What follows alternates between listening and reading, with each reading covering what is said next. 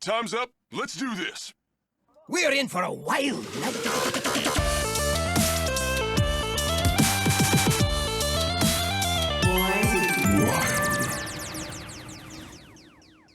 Welcome, everyone, to episode 209 of Born to be Wild, a wild and wild adjacent Hearthstone podcast where we have fun, hanging out with friends, talking about the wild and wild adjacent formats of Hearthstone and spotlighting members of the wild community. I am your host, Hydralisk. It is great to be back on a extremely hot summer evening here in the Greater Vancouver, and I am here with one of my best buddies, Schmoopydady. How are you? Happy to be back, contributing to the pod. A little bit sweatier than you. It's been very hot here. Little less hairier, a little more sweatier. All right. For those of you joining us for the first time, welcome aboard. We record this podcast live every Friday evening at twitch.tv/borntobewildhs, and the video version of this podcast is then posted to YouTube shortly thereafter. Audio versions are also distributed to all podcast apps. However you are watching, listening, or absorbing via osmosis this podcast today, thank you. Yes, you. All right. Content plug, Schmoopydady. Before we get to the main topic of the show tonight, I'd like to say a quick thank you to the patrons of our show. Your support means the world to us. If you enjoy this content, please like, subscribe, and comment on this video on YouTube. Another simple way to support the show is to leave a review on your podcast platform of choice. If you're watching live on Twitch, we've got some awesome emotes that you can unlock by subscribing to the channel. This is free if you use Amazon Prime. Finally, if you'd like to support the show financially, you can join our Patreon for as little as $1 per month. We have some channels in the Discord that are unlocked by subscribing to the Patreon, where you can see the show come together each week. Check it out. If you'd like to interact with us personally, please join our Discord, a free and amazing online community of friends from all across the world who love talking about Wild Hearthstone. Links to all of this stuff and more, including our merch, can be found on our website, which is www.borntobewildhs.com. Hydra, how was your week?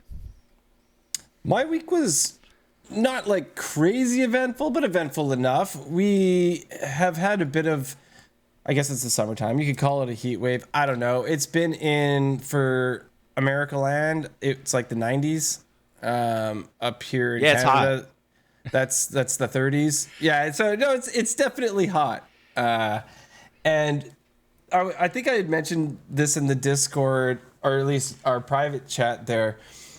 We spent the entire day on Saturday at this water park out at Cultus Lake, and it's cool. They have all sorts of water slides. They got this big lawn where people set up, like you can bring tents or gazebos, pop-up stuff or whatever, and you like it's this just big area where people just set up their stuff. And so we were smart. We brought this like pop-up gazebo sort of thing, and our camp chairs, brought our own food because food costs, like $1 million when you're there. Yeah, arm and a leg, I imagine. Sure, yeah. And you can actually rent these things for like, there's a regular one that's like $100, or there's like a VIP one that costs like $200 just to have some shade. But I mean, you could just bring the shade with you. So right, you just do that, yeah.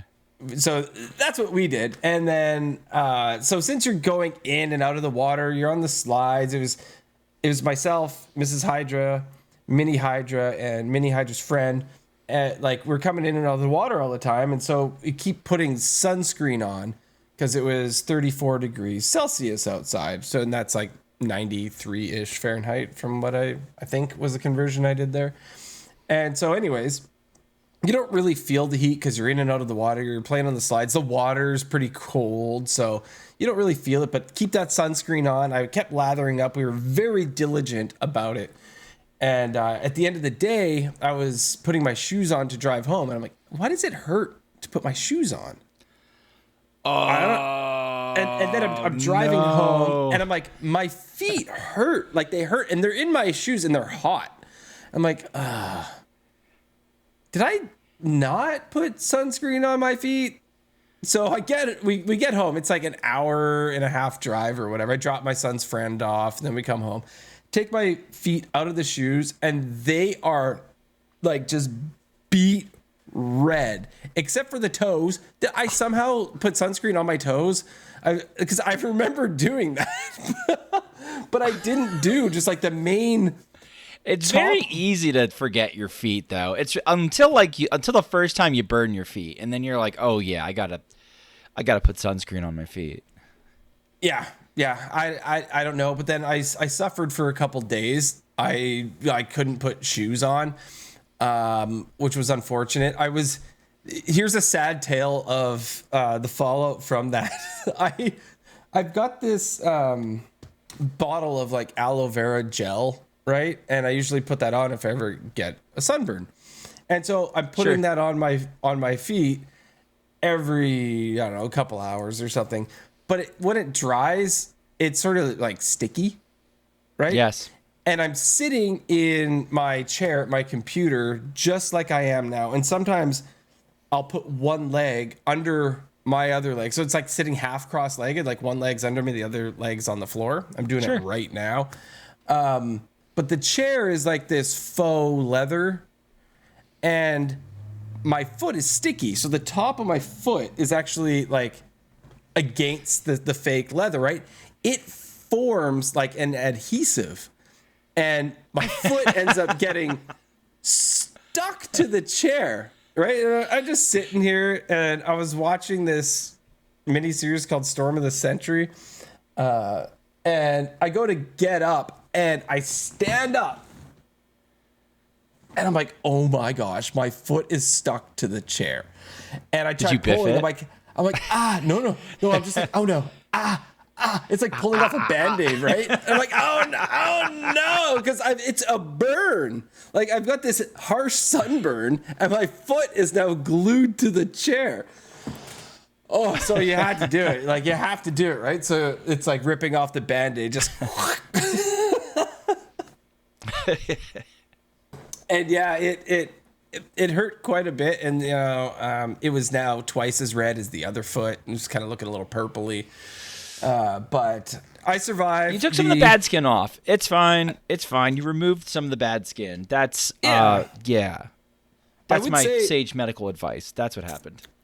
On analyzing my feet now, I've got like a weird tan in the middle, so it has turned from the burn into the tan. So I'll take that, as a win. I guess I'll just remember to do the reverse sunscreen on the other parts. I guess I don't know. No, I've definitely learned to make sure I sunscreen my feet because that was not so fun. One funny thing not funny, but interesting thing that happened when we were at the water park is they have a lot of slides where you carry a tube up and you ride down and you go on this tube. There's single tube ones. There's one where 4 people go on a tube, which is really cool. And then there's like a double tube one. And Mrs. Hydra and I go on this double tube one. And we both are wearing our smartwatches, right? We've been tracking our steps throughout the day. We wanted to see how many steps we were getting, and they're waterproof watches, so we're not overly concerned. Are they waterproof? Okay. Yeah. Yeah. And until we get to this double tube slide, and when we hit the water, we get out of the pool. We're, that was so fun, whatever. And we get out of the water, and she goes, babe, my watch is gone. And we're like, oh no, where is it? And these things aren't cheap, right? We both have Galaxy watches, and they're awesome. I love these things. And so we tell the lifeguard that like our watch is probably somewhere in this pool, and they say, well, you're gonna have to come back at 6 p.m. when we shut down the slides, and we'll skim the pool and look for it. So we start scoping the place out, though. We're doing like little like mini laps around the pool, like looking from the sides, and I see one, and I tell the guy, I'm like, hey, I see one, and he's like, hurry, just jump in. Who cares? Go real fast. So this is the lifeguard. Okay, I jump in, grab it. It's someone else's Fitbit. I'm like, dang it. Well, here's a Fitbit. Whatever. Hand it to the lifeguard. They put it to the lost and found. Then I see it. I get it like an angle. And I can see that right under where you get ejected out of the slide into the pool, it's down there. It's right below it. And there's like this vortex of water underneath the slide. And I tell the lifeguard, he's like, yeah, like, sorry, bro. Like, that's right in the way. Like, we are not stopping the slides for you to get your watch. Like, that's not happening. Come back at the end of the day. So Mini Hydra is like, don't worry, Dad. I'll go down the slide. I'll purposely biff off my tube and sink and get it. And I'm like, dude, Gotcha. That's not happening. Like, good luck.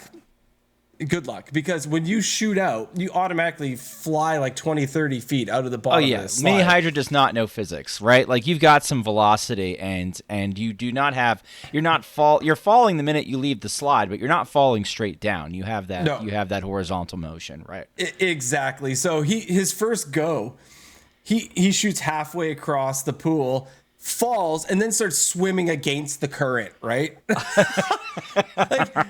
He's like a good 20 feet away from this thing when he gives up and goes back. And he tried it like 3 or 4 times in a row. And like the lifeguard's like, buddy, get out of the pool. Like, it's not happening, right? Like, I can tell you're looking for something.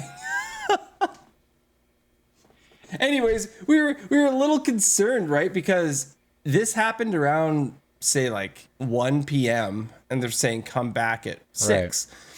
And I remember when buying the watches, they say, oh yeah, it's good to be submerged by like a couple meters for like half an hour or something like that, right? And now we're talking about like 5-6 hours.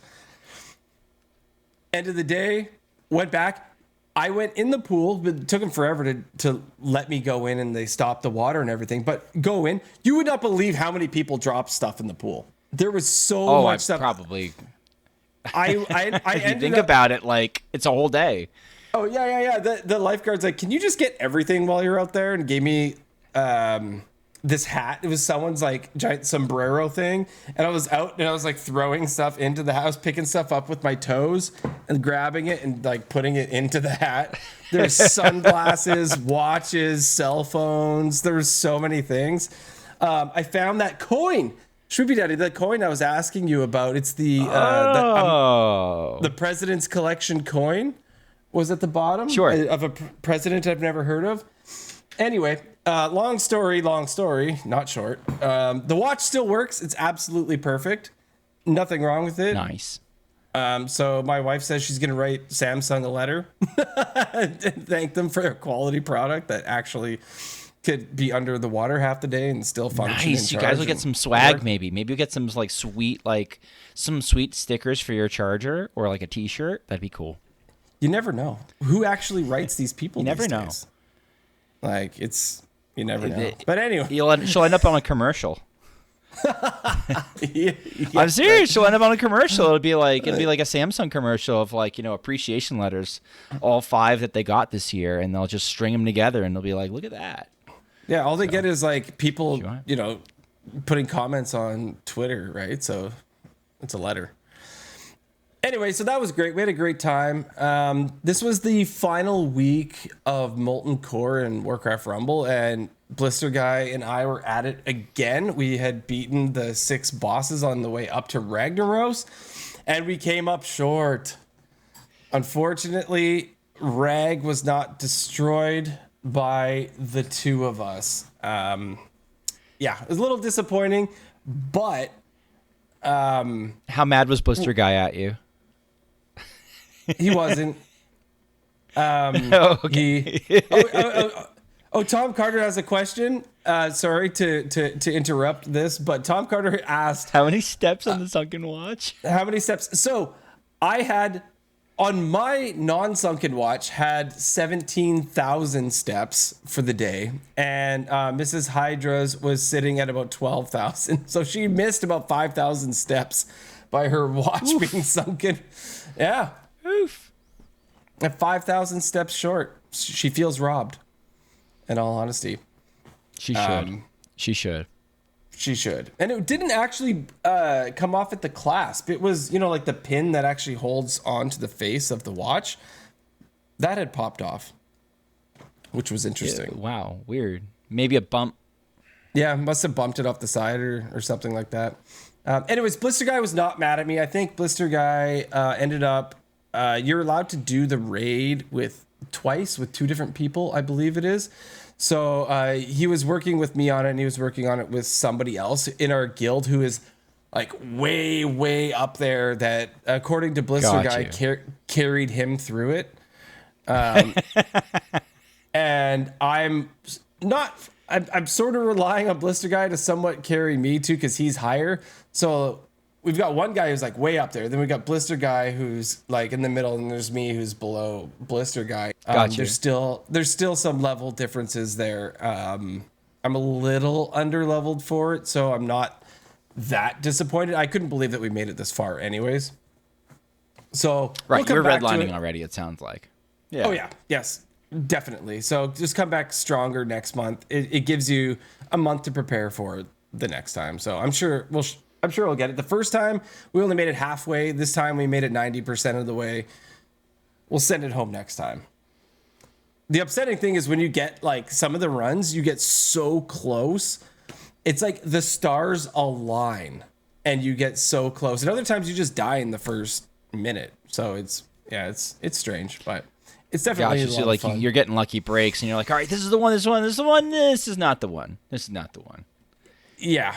Well, what happens in the end is it goes into overtime, and you get like double the resources in overtime. And so like you're getting, think of it as mana in Hearthstone. You get gold, and say a card that costs 4 mana, right? Like you have to wait till you get 4 mana, but it comes twice as fast, right? Because it essentially costs 2 mana, because the timer's going quicker. You're getting resources faster, so you're just spamming everything, right? Like go, and that's, I guess, the trick to winning this is you're supposed to wait for overtime for your final push because you get more resources. So we're trying to time that. It's just, yeah. Just That's what's required. Slinging cards. We know slinging next cards at the end. Yeah, but it's fun, and it's just, I love the 2-player aspect of the game. That it's 2 players versus something. That's really cool. I guess Battlegrounds has duos in it now, right? Like, it's just neat. I really like it. Having a really good time. The cooperative aspect. Yeah, Cool. It's neat. Except that imagine like you and I were playing Hearthstone together, and you're like, I'm gonna put down this card, and I'm like, oh, I was about to do that, and we play the same thing at the same time, and it's a redundant move. Like that happens a lot.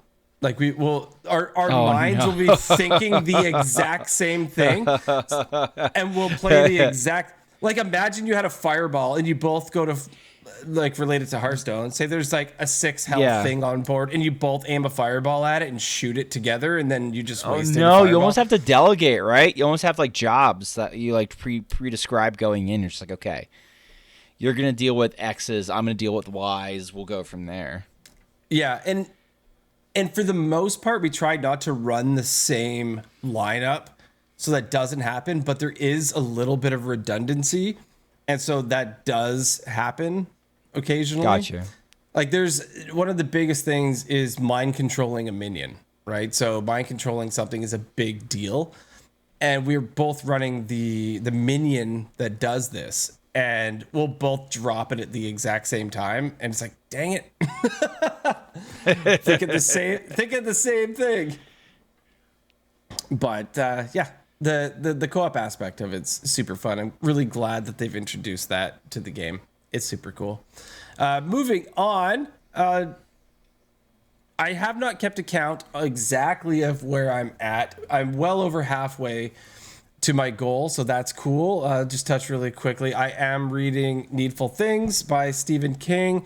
It was supposed to be the last Castle Rock story. It definitely isn't. He does move on and create more Castle Rock stories after this, but this is a chonker. It's 700-ish pages, so it's taking me longer than normal because of its length in general. But this book is so good. It's one of those books that, like, Stephen King builds an entire... I mean, he's built this community of Castle Rock in many books before this, but you know the guy who runs this shop and the police officer, and you know the lady down the street. Like, you know all the characters, and he builds them so much that you know the community. It's like a sitcom that takes place in a town where you know everybody who lives in the town. Like that's sort of like the feel in it, but it's creepy because it's Stephen King. Yeah.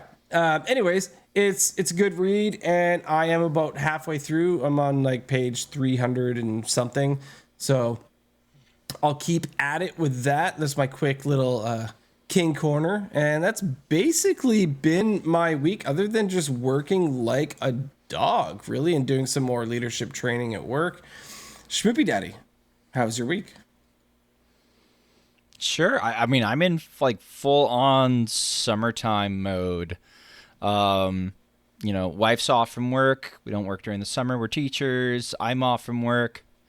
And this is the first week where she's been able to be home at the same time I am. So, it's not just like, and like we send Schmoopy to camp. Schmoopy's loving camp. Schmoopy's doing great at camp. And so having the two of us and then just our daughter to look after is awesome, because like I can go and get some stuff done, or she can go and get some stuff done, or like we can both get workouts in, and my daughter wants to participate in the workouts. So sometimes if mommy's doing a video, she'll be doing the video with mommy. It's pretty funny. Like if I want to do the treadmill, I'll be like, all right, honey. And we'll put her downstairs in a chair. Like my treadmill's in my basement. So, and my basement's full of stuff, but like we have like these beach chairs down there that are for the kids. And so I can sit her, I can sit her down in a beach chair. I can get her some beans. She, like the pantry's down there. So she sees beans and she's just like, Dad, I want the beans. Right. And so I'll wash some beans for her, and I'll get her a little bowl of beans, and I'll get her a little Kindle with Bluey on it. And so she'll sit there with Bluey and eat some beans, and I'll get a workout, and it's pretty good. Cool. Productive things I did this week was, I think last week I talked about my large driveway with many holes in it. I finally filled up. No, Tom Carter's asking what kind of beans. Black beans, kidney beans. Yeah, she's a bean fiend. She likes protein. She likes bacon. She likes sausage. Anything green though, yeah, she doesn't go for it. But food that has protein, she's a protein fiend. So I filled in all the potholes on my driveway, and I'm very excited about it because it means I can finally do like 20-25 down my driveway, as was intended by Ixar, our creator. So like I'm super stoked about that. It took a lot of I had a huge pile of item 4, which is a rating of stone, if you don't know rocks, and I didn't before I had a giant rock driveway either. And I've basically been filling up a wheelbarrow after wheelbarrow of shoveled stone, and then dumping it out in a hole, and then smoothing it out, and just sort of doing that process over and over and over again. We actually had some hard rain over by here, which helped because it actually smoothed out a lot of the sort of harsher edges created by the wintertime. And I got them all filled in, and now I can fly down my driveway. And like Hydra said, it's been very hot, so I've been very sweaty during that process. And on the Hearthstone side, I dumpstered my rank. I went all the way down to 2nd from bottom in the wild ladder because I was like, you know what, I haven't done this in a couple months. And I let my chat kind of come up with crazy deck ideas, and I built them. So we have like Reno Cthulhu Warrior that's a pile and has a bunch of greed cards in it. And I've basically been playing around, playing my way back up, which is always a ton of fun. Phasing a ton of... the way they changed the MMR is actually really interesting. Conceding down to Legend used to be really interesting, and you knew where the bottom was because it was like, okay, I'm conceding, now I'm facing low Legend people. I'm conceding, now I'm facing people in the D5, in like the D1, D2, D3 range. I'm conceding. Now I'm facing D4s, D5s, conceding. Now, you keep going down, and it's like, it was like, you could see the layers of like diamond, platinum, silver, gold, like you'd go down, and you could see those layers as they developed. Now the way that they have the MMR all set up everybody's all jumbled up because different people at different ratings play different amounts in the month. So like I conceded through basically to low legend, and then I was playing diamonds, and then I was playing low legends again, which I think were accounts that are botting or essentially throwing because they're playing awful decks after they hit legend. And then I was hitting like D4s and D5s. And then I hit a couple of like D6s, D7s. And then I hit D4s and 5s. And again, I think those were probably bot accounts that were stuck at like rank levels.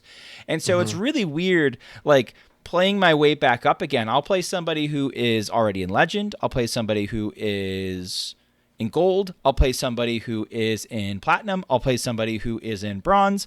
And it's hard to tell exactly where you are on the ladder without looking at your ranking actually as you're moving up. So I'm slowly moving up the ladder, but it's not the way that they did the matchmaking doesn't make the ranks as stratified. It's much more jumbled up. And so I'm really interested to see how this month, by the end of this month, if there's anybody who's actually kind of like grumpy about their climbs. I saw a lot of people, again, we've seen a lot of people, since they made this change, hitting legend in some cases, like the last month, it was like the first time ever.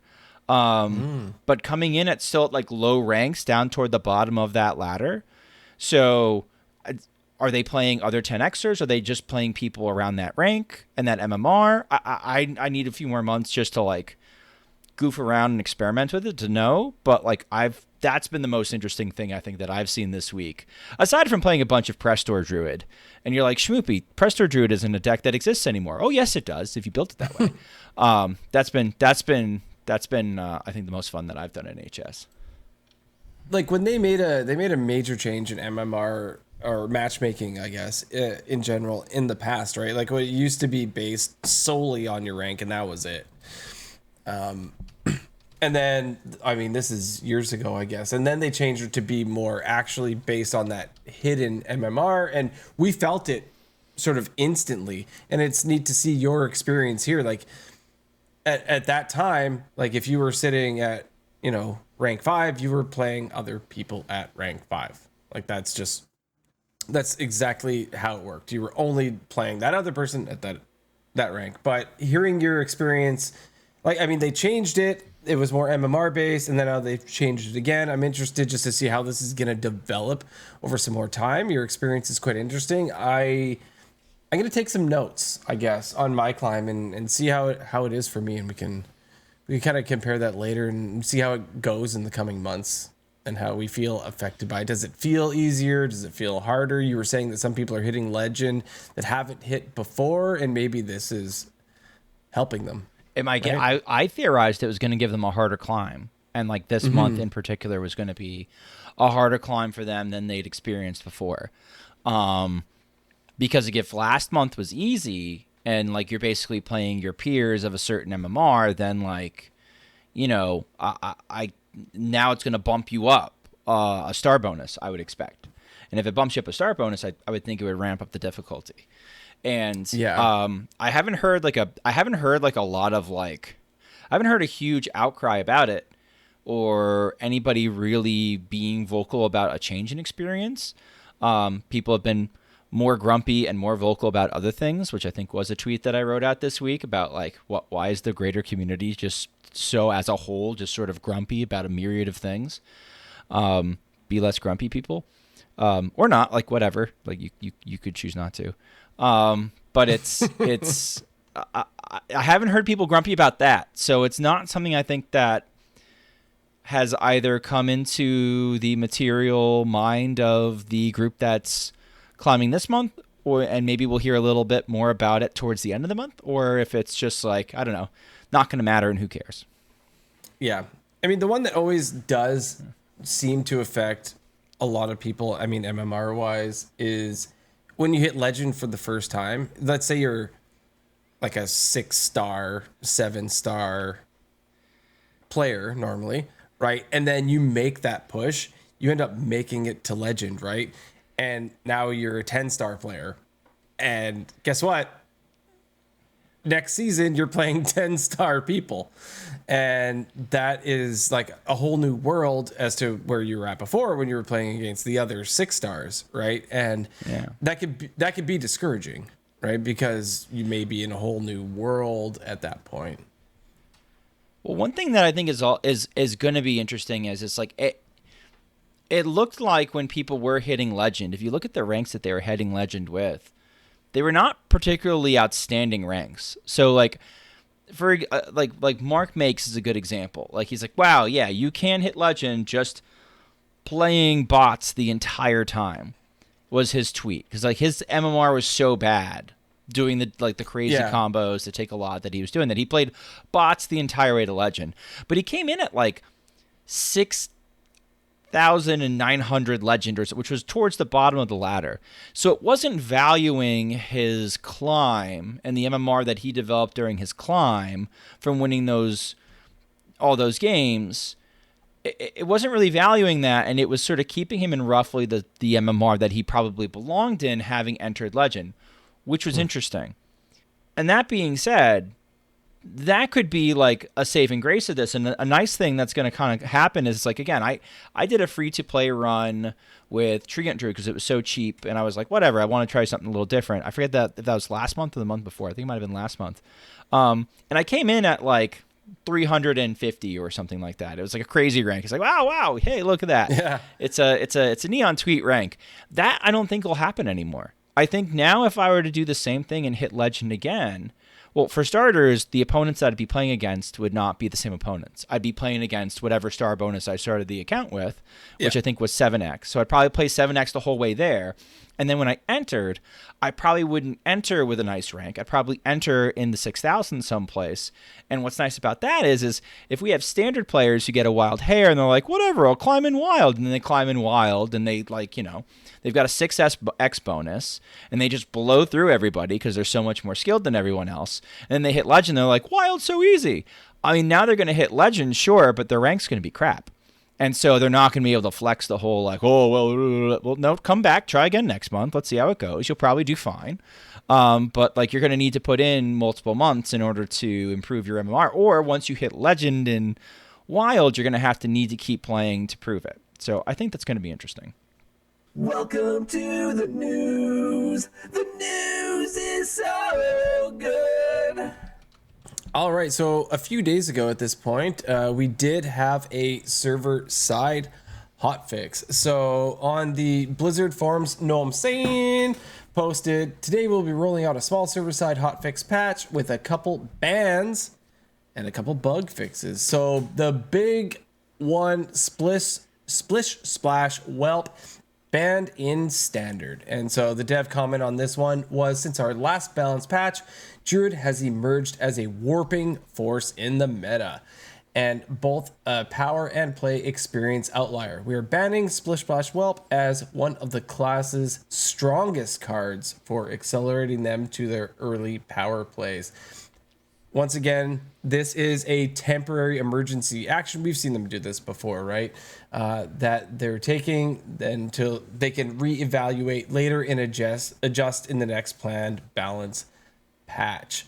So any cards that are weakened at that time will get our usual dust refund treatment. Thoughts on this ban, Schmoopydady?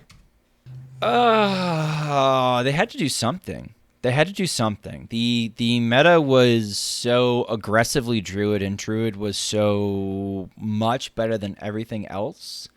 It kind of stems from like, it's like you've got it feels a lot like, we've learned a lot about how we end up treating our natural environment around us. We don't just eliminate species or introduce new species to take care of other species and create an invasive species that then like begins to dominate. But this is kind of what it sort of feels like. And I do like thinking about these things like ecosystems. Unbeknownst to us, or maybe we should have foreseen this. I don't know. I don't really, prognosticate standard all that well or all that much or care to. But apparently nerfing Projectionist Hitting Painlock as much as it did, Painlock was always a decent matchup into Druid until the Projectionist nerf. And then with the Projectionist nerf, now Druid had nothing stopping it from doing what it wants it to do. And so this was an attempt to slow down the ramping effect that Druid had. Again, if you've never played Standard before and don't know what the big deal with Druid was, Druid would ramp up to, 5 mana, 6 mana, and then play Doomkin, which you might say, what's a Doomkin? And that's a great question. That's a 6 mana 4/3 minion that takes an empty mana crystal from your opponent and adds it to you. To your crystals, and you'd say, wow, that sounds actually kind of decent. And like, no, it's not, but in Standard it's fine. It's a dual class with Warlock. It had an achievement back when it came out, I think in Festival of Legends, and it's kind of toxic when you can get to it really quickly and then basically keep your opponent at 3, 4, 5 mana for multiple turns. Yeah. So this was an attempt to slow that down, but I don't know. You can definitely say that the meta now is more diverse in Standard, but I don't find it particularly enjoyable because I can't play Painlock. Because I can't play Painlock still, and everything else I play loses to Rainbow DK. And I don't know. It's fine, I guess. They had to do something to slow the deck down. The deck is still playable, but new cards are on the horizon, and they couldn't have it be Druidstone for 2 weeks. Yeah. No, I agree. May as well change something before the end. And I remember when they first decided to start banning things temporarily, and there were some upset people saying, oh, just fix the problem now. Do it right in the first place. You know what? If there's a problem, I feel like doing at least something is a good thing, right? Like, okay, guess what? We actually don't have the answer right now. Let's just call it a day. And we can, address it in the future, because it's either that or they make a mistake and they balance it incorrectly, or we just live with it the entire time. So I'm cool with it. Yeah, I think whenever they go in and materially change things, like sometimes even if it's numbers, with a patch, it's kind of like we should think of it almost like it's major surgery. Right? Like, you really don't want to just go in there willy-nilly and do it all the time, because then other stuff breaks. Like, they have to go in and they have to make sure everything's working, and then they have to ship it, and then they have to, again, like, sometimes they do ship it and stuff breaks, and it's like, well, we got to wait another 2 weeks before we can go in and do it again. So, like, there's a reason why they have limited openings for why they do these things. Trust the process.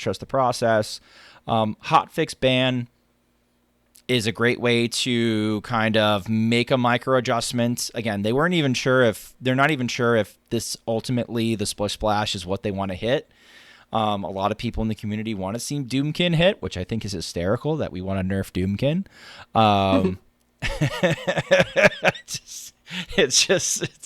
It's the way it is.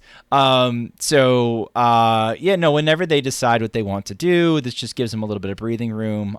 We did not get any dust for the ban as of right now, because they're not sure if Split Splash is what they really want to hit. So they'll hit something, they say, and then they'll give us dust later. And yeah, I think that's fine. In all honesty, they haven't decided what they're doing. So the card hasn't been changed. It's been benched. All right. They don't know if they don't know if Splish Splash being traded, or just benched forever, or we don't know. So right now it's just a timeout. Splish Splash is taking a timeout. It's okay. We'll get dust for either this or dust for something later. Not that big of a deal. I know we're coming into another expansion and people want their dust for new stuff. I'm guessing they'll figure it out by then, and we'll have our dust to play with. They really want new cards to shine. They really want space for the new cards. Yeah. And Druid was not going to allow that. So they had to do something. And they've already, again, we've taken out the natural predators, so we might as well go in and try to nuke this as well, I guess. The just one more nerf jokes have been plentiful on Twitter and kind of funny. Sorry, what else was going down? Oh, your boy Thorum Stormlord has been temporarily removed from Twist. I mean, he was broken. Like, he was probably the best hero, and also he was broken. The bug was so his hero power is like when you're overloaded. So his hero power is it's the even shaman hero power, but when it's overloaded it makes 2 totems. And the problem is once you overloaded him once, he was upgraded forever. So now it was like, the even shaman and the odd paladin had a baby, and that's what you get. That's what you get when you let even shaman and odd paladin procreate 2 totems at once for 1 mana, and it was nuts. It was nuts because again they always have +2 attack.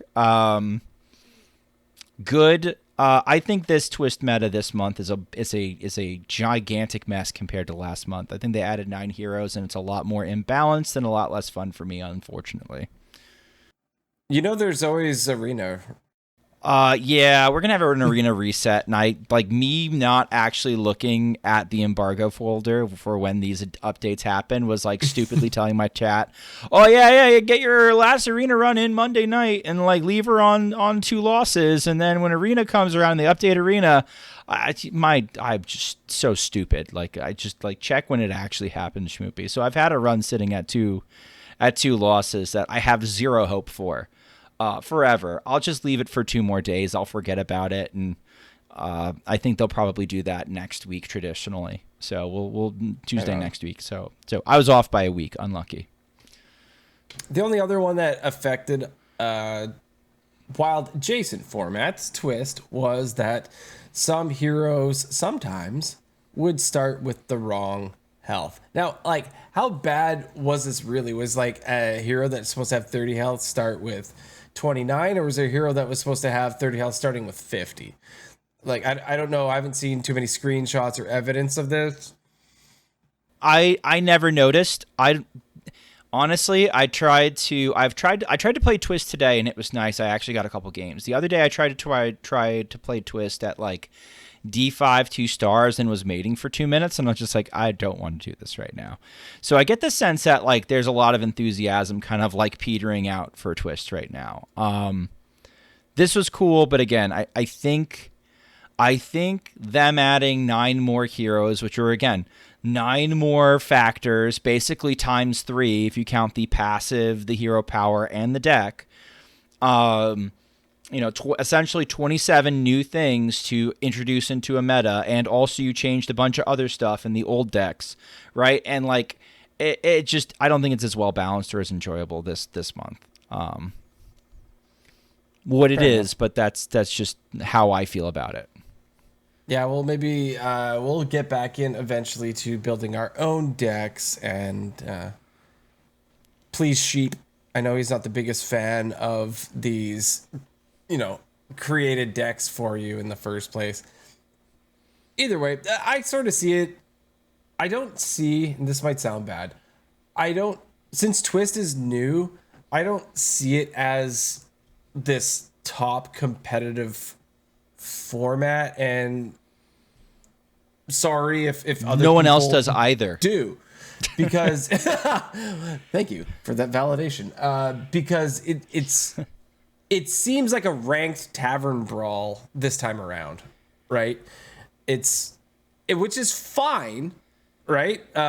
You don't have it's one of those tavern brawls where the decks are pre-built. Yes, you can get better with it, and may the best person win. Like that's still there, but it's just, to me, that aspect isn't there of, oh, well, you know what? I'm going to get an edge on the meta.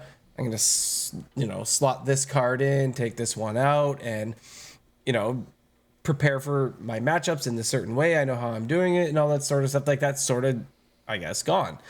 But that's okay, right? Like, it is what it is. It doesn't need to be completely constructed like the other 2 formats that we play. It's fine to be that way. Yeah, it's almost like you have to just swap your decks and be like, okay, well, I'm going to take a different matchup spread based on what I'm seeing. And that's what I'm basically trying to do now. I haven't tried Liadrin yet. Apparently, Liadrin's great, and I should just figure out how to play her.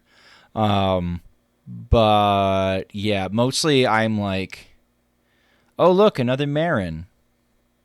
Let's close the client, reopen the client, because he's going to go through 75 different actions. Oh, look, another Marin. And like, it's literally every turn I have to close the client and reopen it just so that I'm not sitting through animation hell. And then every once in a while, I can't figure out when it actually happens. He starts taking up my turn. And so like all of a sudden the rope's burning. It's like, whoa, whoa, whoa, whoa, whoa, whoa. So I don't know. I tried Nozdormu today and got disgruntled. Again, small violin for me. Nozdormu's one of the bad heroes. That's when he gets a bunch of health. I mean, I think the health adjustments too have felt a lot less. They felt a lot less effective this time around too. I think they were really good last month because there were certain decks with certain breakpoints that got very important. Specifically, like Alakir into Arthas. Alakir became a very effective police for Arthas because you knew exactly how many fireballs you could pick, and the Arthas would die. And that aspect kind of disappeared in this meta. It's kind of like they dropped some health on some heroes, but it didn't really change a lot of the matchups or why the matchups are being won and lost. They feel a lot less effective this time around. And I think in part, they did in fact ratchet up the power level of the decks. So like maybe that's part of it, but I don't. I don't know. It ain't for me, dog. I'll probably grind it to legend at some point, but I've taken a couple concerted efforts at it and have found it rather like 50-50, win some, lose some, win some, lose some. Not really making a lot of headway and not seeing a lot of variety, so it's not really all that fun. All right, so how about let's move into our special topic tonight. So basically what we figured we'd do is just do a bit of a skim and overview of, the set that's coming out and a bunch of the cards. We're not going to do a detailed card for card review. This will not be a 10-hour episode. There's 5 classes. We can't do it. It'd be too much. I don't want to do it. I don't have the. I'm in the middle of my fasting window. I do not have the patience to go through 5 classes worth of cards. It ain't gonna happen. I'm gonna get grumpy real quick.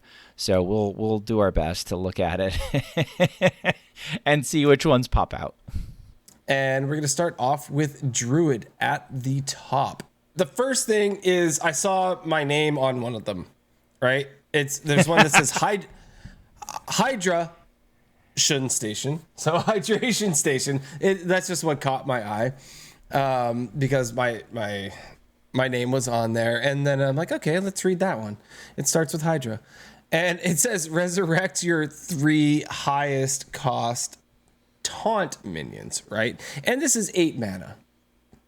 So some may say that's slow for wild, but this is Druid we are talking about, and Druid can get to 8 mana a lot faster than anybody else can, right? With all the ramp, everything they have, and guff and everything, this just seems like this control tool that can be inserted into a deck. I'm not saying this is going to be some sort of wild tyrant by any means, but if we're going to play some sort of control or taunt Druid was fun. This is just something that popped out to me as something really cool. Probably way more annoying in standard than it possibly could be in wild. Schmoopydady, did you think anything of this card when you saw this one? Other than, oh my gosh, I don't know if you saw the signature version of this, but it's amazing. Oh, it's beautiful. It's beautiful. Do you like Unkiliacs? That's how you get Unkiliacs. This is like the Druid's version of Kangor's Endless Army. So, that's a card you could run. I think having played an XL version of Reno Druid, I don't know if we really want this card or want to build around it, but like that's a thing. I will lose to it. That's a thing you can do. Just make more Unkiliaxes and maybe one of those 5/5 treants that gets killed off ANR. That's gross. That's a gross thing we can do with that. That's annoying. Because, again, the Unkiliaxes, when they come back, will still have Reborn and full health. And, yeah, that's, I don't know. I've seen some people say that this is probably a win more card because, like, you bring back a couple of Unkiliaxes and another taunt, but, like, Is aggro really going to crunch through that again? No. But also, if you're probably playing this, the game's already over. Maybe yes, maybe no. I think it's fine. I think it's fine. It's probably okay to run in one of the last couple slots in the deck, especially if you have a way to get Unkiliax out, which, like you said, Druid does all the time. One thing I do appreciate about it is it says resurrect your 3 highest cost taunt minions. It doesn't say 3 random taunt minions that you've played this game. Yeah, right? spreading You could, plague friendly, but we've already cut spreading plague. But yeah, it's fine. It's fine.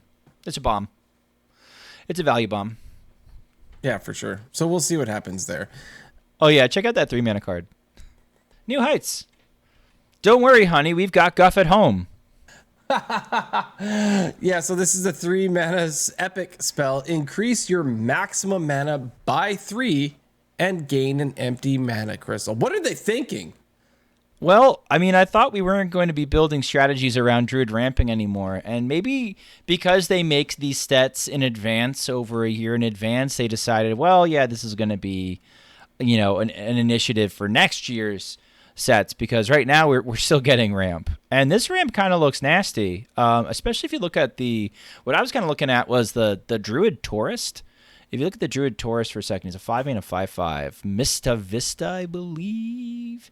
It's a legendary. Right, and you get back all after you play Mista Vista. It goes for 3 turns, and then you get any spells that you played back. So like Standard's gonna have some kind of gross Guff-like levels of mana, because they're just gonna you're gonna chonk it up to 13 top mana, and then you're gonna chonk it up to 16. And then and you'll be starting to play some funky combos together. I think what was that? The other card called the 3 mana card called? Sorry. New Heights. New Heights. I think you probably play this in most Druid decks. You don't always have Guff on curve, and this is an extra Guff. So if you need a little bit more mana to get your Aviana combo off, here's a higher ceiling for you. It's kind of gross. It's kind of gross. Something to keep in mind too. These are all warrior cards. Because of the warrior tourist, it's a druid tourist. Warrior can now ramp. So all of these cards are probably cards that warrior would think about. There's also this 2 mana card where you get 2 extra mana crystals next turn. So you're basically banking your mana crystals. It's kind of like a mana biscuit, but goofy. Yeah, I don't know if a combo druid wants this card, but this feels like a combo druid card. It might ultimately be too slow. I'm not a connoisseur at combo decks. I'm actually, it's by far the weakest of the archetypes whenever I play. If they invent a new archetype, I'll probably be stronger than combo, especially building one. But this feels like a combo card. And you might see a one of in it. I don't know if I'd ever run it in Auctioneer Druid because I think it's too slow. But you wouldn't be shocked to see somebody Chinese running 1 copy of it just to try and get an edge on everybody else doing exactly the same thing. Well, I can get my combo off. If I had this in my hand in the mulligan, I can get my combo off 1 turn faster or 2 turns faster. I could see it. This feels like something. I don't know. That's really the main thing for me, I think, from Druid. It's just the blatant ramp. The 7 mana spell is pretty gross too. It's choose 3, and if you're doing top left, if you're doing celestial alignment nonsense, this card's nasty for that because it costs 1, and you're refreshing mana crystals, and you're drawing, and you're kind of get to draw 9 cards possibly if you want to. Ew. Just ew. Yeah. I don't know. Druid's going to druid all over us a little bit, I think. And what's weird is warrior can too. So, all right. Sure. I'm disgusted.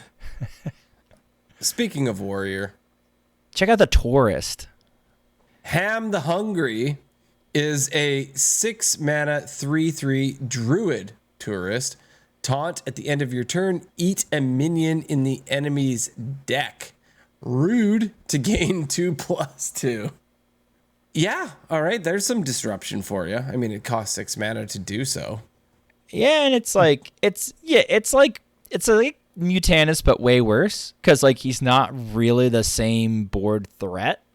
Now it's nice that he does have taunt, and it's nice that his effect is continuous. And what's nicer really is like you can tell that the developers put a large premium on Taurus, regardless of what the combination was.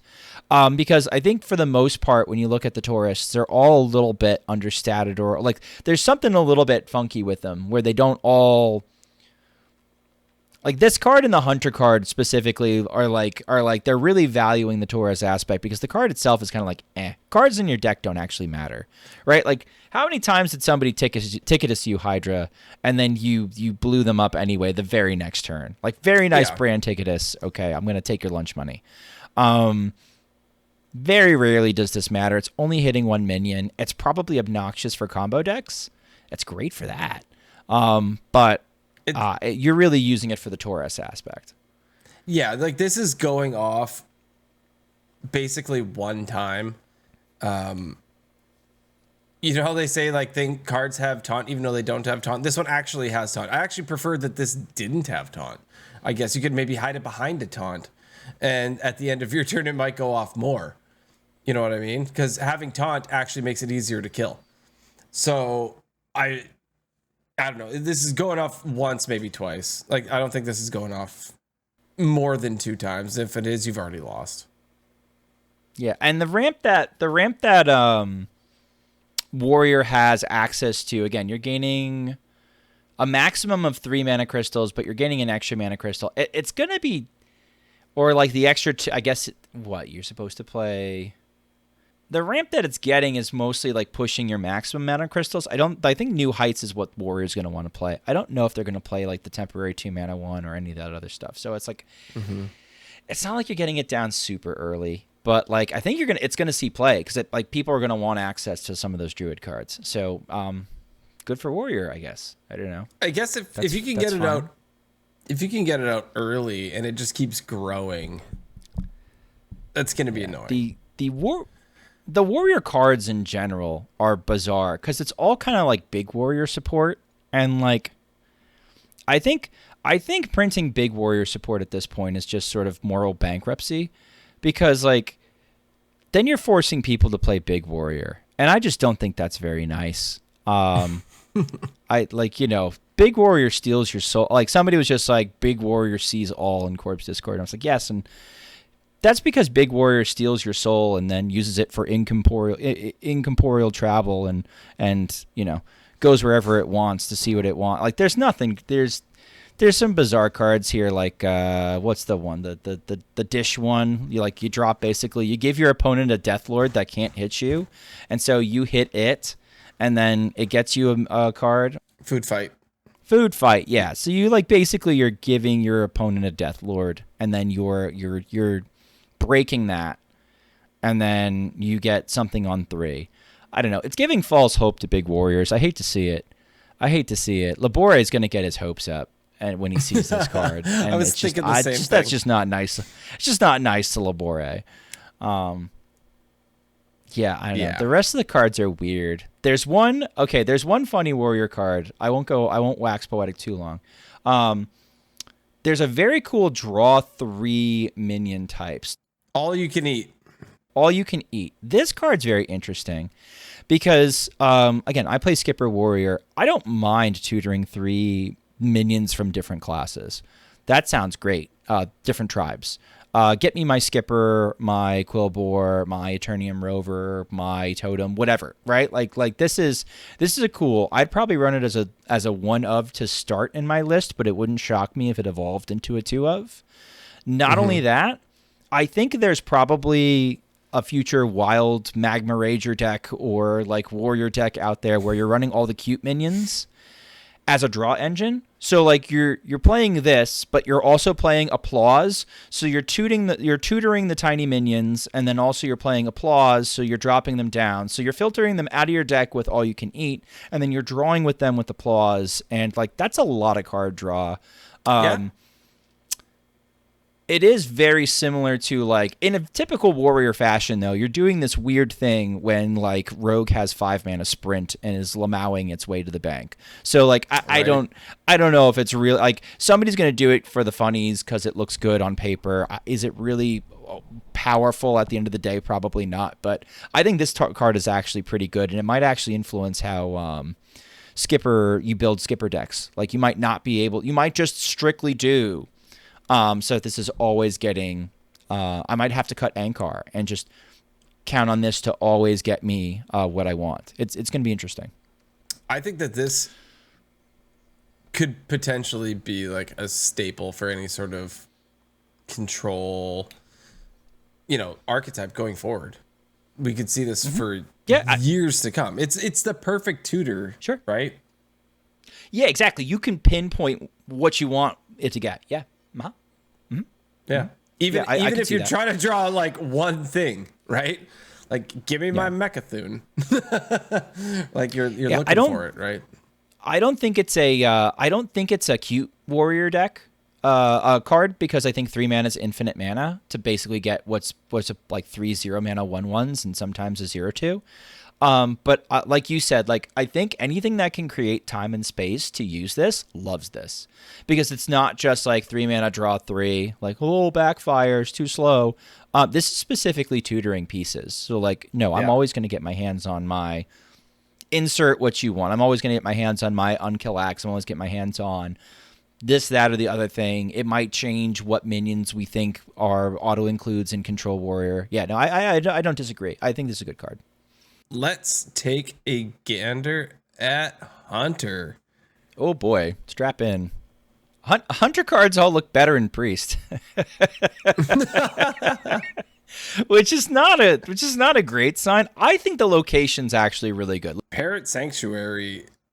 Yeah, your next Battle Cry minion costs 1 less. After you play a Battle Cry minion, reopen this. So I think this is going to be good in Reno Hunter. People tell me I'm stupid and that, no, it's not going to be good in Reno Hunter, but I think this is going to be good in Reno Hunter. I think this is like, play 2 mana, maybe not use it the first turn it comes down, but like, this is banked mana to get Zeph to come down a turn sooner, maybe for an answer, get Reno to come down a turn sooner.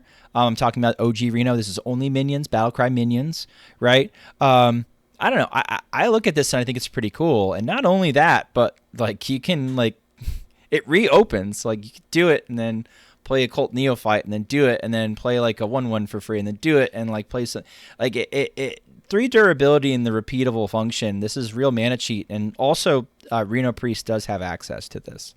Worth noting. This is also a Priest card because of the tourist function. So, like, I think this will see play someplace, even if ultimately people try it and are like, nah, not really worth it. It looks good to me on paper. Oh, yeah. They reprinted Murazon. The 8/8 dragon for Priest that, like, replays cards. Check out the Squawky Boy in the top right. Yeah. The big 7, the parrot. Sasquatch is the 7 mana 4/5 battle cry. Repeat each card you played last turn. Once again, this sounds like a Priest card, but yeah, and it tries to replay it on the same targets, you'll note. So, like, if possible. So, like, it's trying not to target itself. It's trying to, like, continue the targets. I think this is interesting because it's like, I don't know. You could play a bunch of damage cards that go face and then replay this and a bunch of damage cards go face. So, like, that could be okay. But I don't know if it's a wild card. It might be a Priest card. Who knows?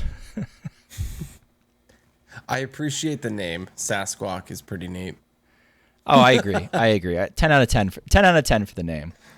Everybody's really all bent out of shape about how bad the Hunter Tourist is. I don't think it's as bad as it looks, but like, then it's like also like, yes. Ranger Gilly, 6 mana 4/6 warrior tourist. At the end of your turn, gain a 2/3 Crocolisk. Death Rattle, give all minions in your hand +2/+3. It's in your hand and it's not in your deck and on the battlefield. I Oh, thought in this the was deck like would be in the deck would be too much. You think? I mean, maybe not for wild. For standard, probably. I would say in but, hand like, and otherwise- on field, then it would be fine. I don't know. Deck seems way too much. to Yeah, me. it doesn't really. You see the problem, and does like you looked at the warrior cards? Does Hunter want any of those? Maybe not this expansion. Maybe we'll see. We'll see with a few more standard sets, and next year if like there's any synergy with any of those. But like, Yeah.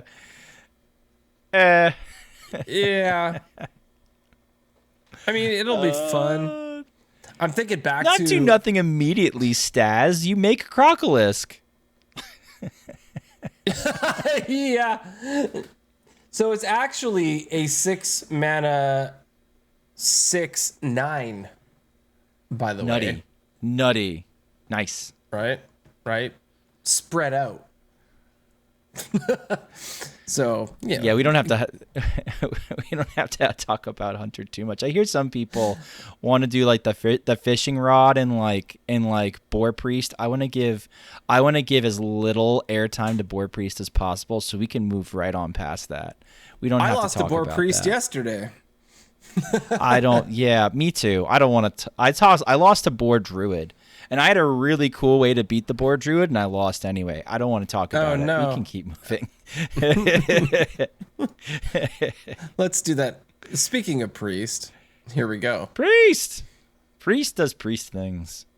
Yeah, so Chill and Vol'jin, sweet art, by the way. 3 mana, 3/3 Hunter, as we discussed earlier. Hunter Tourist, Battlecry, choose 2 minions, swap their stats. That's kind of gross, in all honesty. This thing actually does... Like, why wouldn't you just play this in general, right?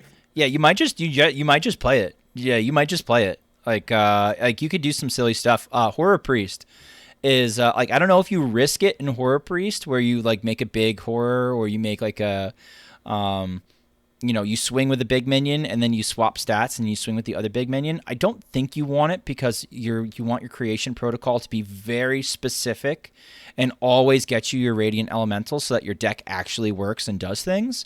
But somebody will bait you and have you run this in that deck, and you will lose to it. And yeah, this seems fine. This could go. It wouldn't shock me if people just hard ran this in Reno Priest and didn't put a single Hunter card in their deck. The effect is unique and kind of goofy. So It's already that good. Sauna Regular is the next on the list. That's the 5/5 minion that is undead. Taunt costs 1 less. Always a red flag when a card starts One off less? with that text. I almost don't even want to read the rest. For each time your hero is taken damage on your turn. That's a Warlock card. It Right? is, and it's kind of meh, right? Like this is still going to be expensive. Let's say you happen to draw a Raise Dead and a Shadow Bomber. Now it's a 3 mana 5/5 with taunt. I don't know if we're really going to get there with this. This seems too slow for Wild. Not this expansion. Not this expansion. Maybe. No. Maybe If we get more ouchy priest cards, maybe somebody's just like, Crystallizer breaks this thing. I don't think Crystallizer does anything of the sort. No, we can move on from this one. Meh. Yeah. So Brain Massacre, 1 mana, 2/4 undead pirate. Whenever this minion takes damage, also deal that amount to your hero. Sweet aggro card. I Right? cannot wait to OTK somebody with a prize plunderer. That being said, this card, people are going to run this card from the. It's just, it's a 2/4 that pulls patches, and it looks fine. Yeah, why wouldn't you? You don't care about taking damage when you're the aggro deck in general, right? Unless you're in a mirror, but still, like, this is OP. Love it. Hot Coals, 3 mana priest spell. Fire spell. Deal 2 damage to all enemies. If your hero took damage this turn, deal 1 more. This goes face. 3 mana, 3 fire. damage. Oh if it my wasn't gosh. fire, if it was shadow, it'd be fine. This might be a DH card, Fire. which we'll talk about later. Because remember, all these cards are also Demon Hunter cards. Yeah. That's okay. I like it, but I think I'm going to be happier if I discover it than if I'm not going to run it. Our next one is a 1 mana priest shadow spell, Acupuncture. Deal 4 damage to both heroes. Already love it. Yep, Mind Blast got reprinted, but it looks a little different. We're gonna have enough like burn spells in Shadow Priest that we might consider doing an all burn Shadow Priest. But if you consider doing that, then you realize, but the draw is bad. So I'm gonna put a pin in that for now because I think there's a different way we can go with that. But yeah, spell looks good. What's next?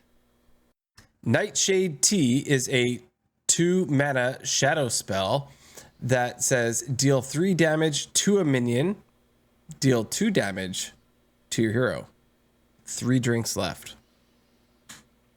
Crap.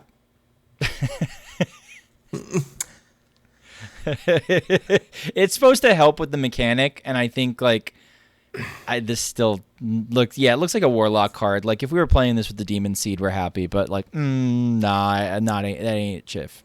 Ain't it, Chief? Yeah. All right, let's move on from that one. Yeah, more warlock cards. Yep. Eh? I guess you're trying to be able to damage yourself. I get what they're doing. So we have sensory deprivation. So this is a 6 mana shadow spell. Summon a copy of an enemy minion. If you have 20 or less health, destroy the original. Weird and expensive. We can move on. Might be a good arena card, but like, it's weird and expensive. I ain't hard running that. It's situational, and if you're free to play, don't craft it. All right, next card. Next. Rest in Peace. 3 mana shadow spell. Each player summons their highest cost minion that died this game. Big priest support. Hallelujah. I like this is nice for bringing back colossals and stuff. I don't know if we reliably get there fast enough to do that, but it's interesting. Mostly from a big priest aspect. Like this would go in big priest. But that deck doesn't exist anymore. No, it doesn't. Yeah, if the biggest thing you have was a massive. We're not going to talk minion, about it. It doesn't exist anymore. You can't play it. Yeah, exactly. Other than that, or again, yeah, the Colossals, the Titans, that's cool that you could bring those back. I still don't think you play this. All right, let's move on to Twilight Medium. So this is a 6 mana, 5/6 minion, no tribe, taunt, battlecry. Set the cost of the top card of your deck to 1. So slightly understated, 6 cost minion. Possibly a massive payoff if you can line this up for something to be 1. Sounds like you're going to want to do this in some sort of combo. Has the internet broken the combo already? Have they figured it out? No? Not really. So? Like looks like this is cute with Pull Celt. Like you could play Pull Celt and then slap this sucker down at some point and get like a 1 mana behemoth, but like I don't know if it makes the cut. I don't think I'd put a slot to it in Reno Priest. I think it's weird and greedy, but like somebody will try it. Like would it shock me if we come up with something stupid to do with this? No. Yeah, some OTK or something. Yeah, maybe. Am I overly concerned that this is going to break? No. No. It's a nice amount of mana cheat, and you can build around it, but I don't know if I want to build around a 6 mana 5/6 taunt. Agreed. All right, there is one more priest card, and that is the legendary. I love this guy's mustache, by the way. Fantastic.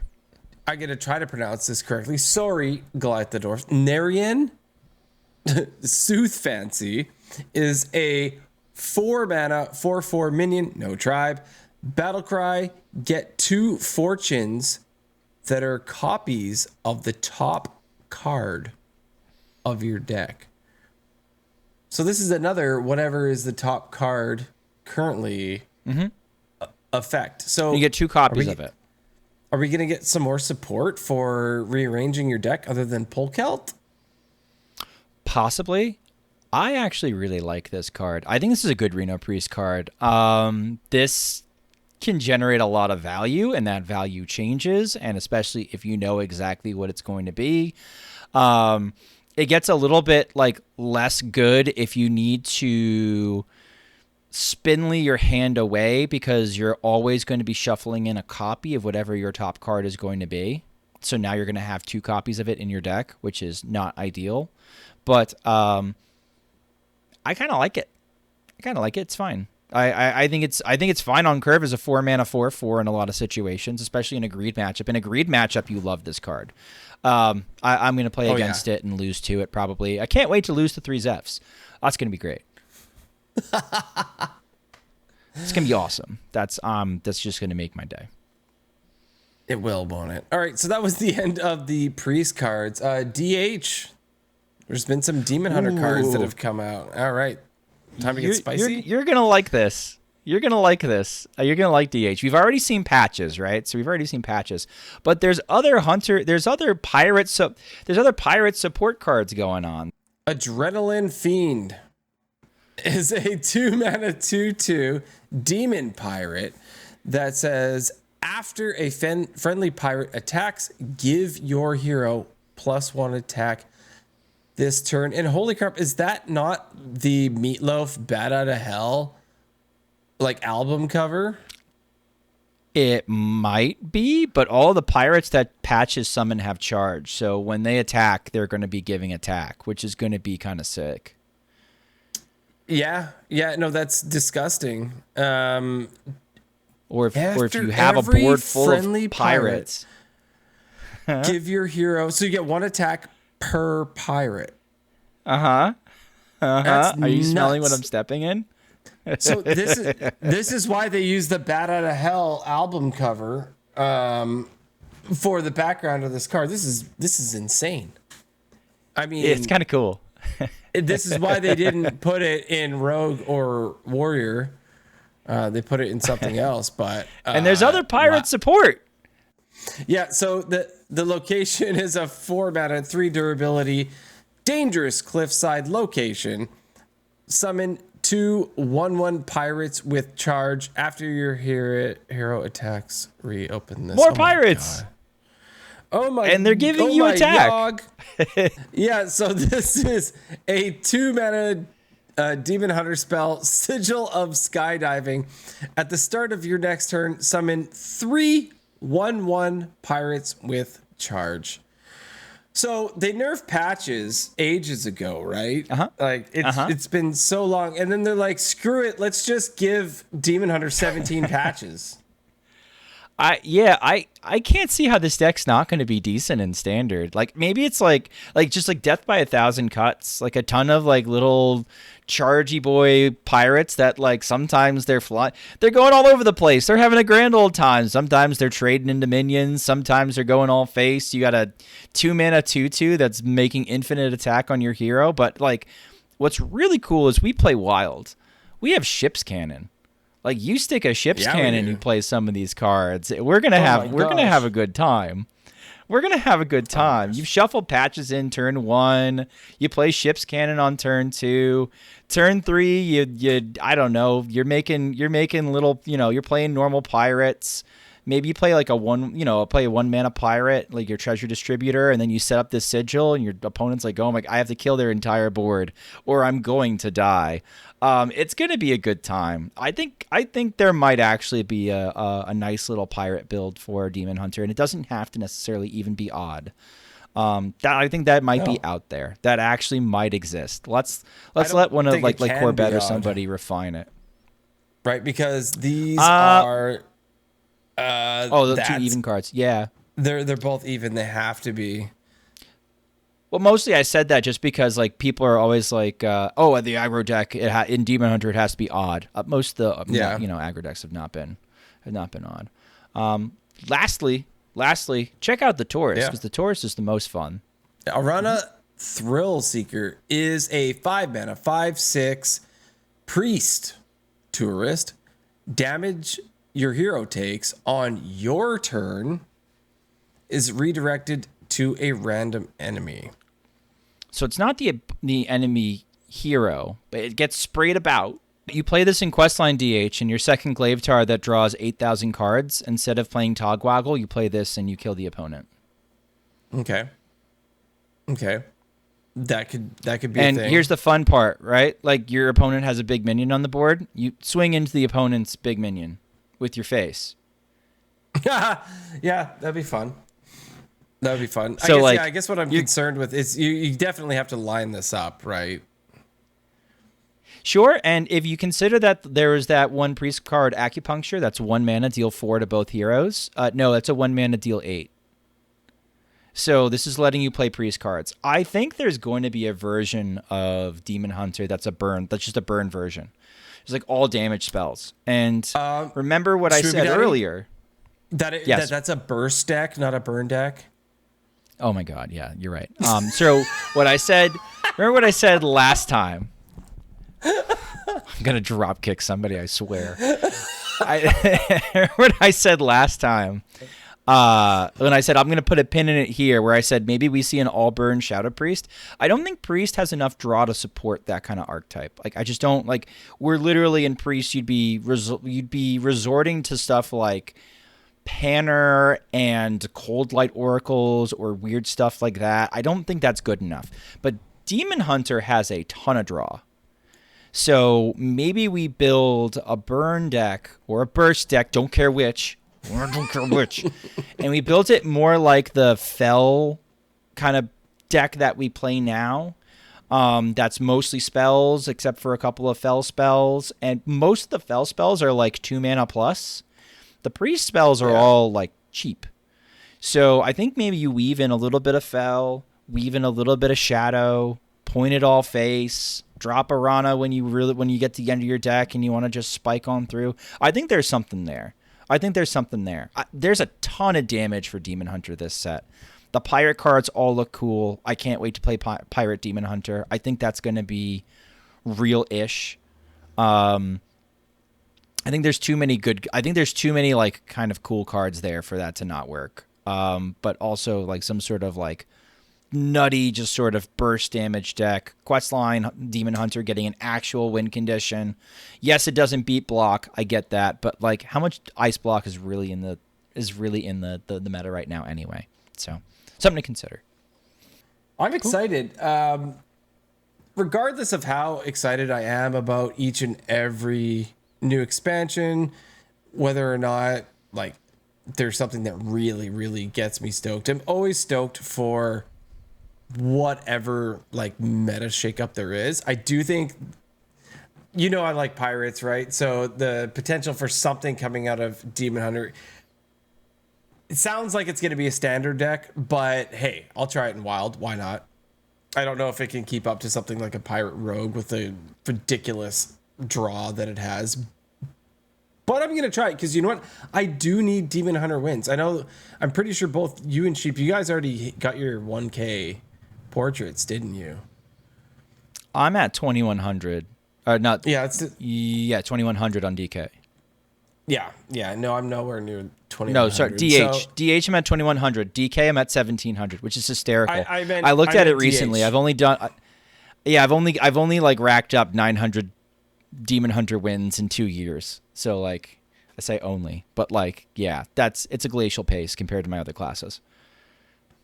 That's okay. Don't forget that I have like 300 Druid wins, which is hilarious. Out of the like thousands upon thousands of wins that I have. You keep avoiding Druid. They're not going to let you anymore. They're going to say, Hydra, if you want to play Wild, you got to play Druid. I didn't want to be that person. I don't. What do you mean be that person? There is no morality. We're all war criminals. I'm sure you've done something. You've done something that you weren't supposed to do in Wild at some point. There's no morality to decks. Play the good deck. Yeah. If you want to. Yeah, if you don't want to, that's fine. It's just but never. There is a choice. The only time I was ever really, really into Druid was when Barnes was in the deck, which is absolutely hilarious, is the old school big druid when it was in standard. Was the Barnes only for time- that reason. Yeah, we still run Barnes. It's more degenerate than that now. No, it was the Barnes Yasharaj get the 1/1 and the 10/10 or whatever combo that you could pull off. That was the only time I was majorly into druid. But hey, I was considering asking you a question, if you don't mind. Okay.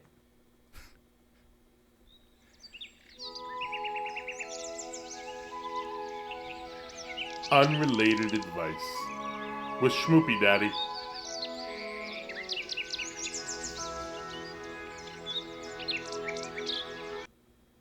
So I feel like I'm going to the expert on this one. So you are Schmoopydady. You happen to marry somebody named. You married someone named Schmoopy Mommy. I have no idea what the odds of that are to actually marry someone named Schmoopy Mommy, but you did. Very small, very small. We're not related, by the way. We double checked. Okay. That was my first question. Follow-up question.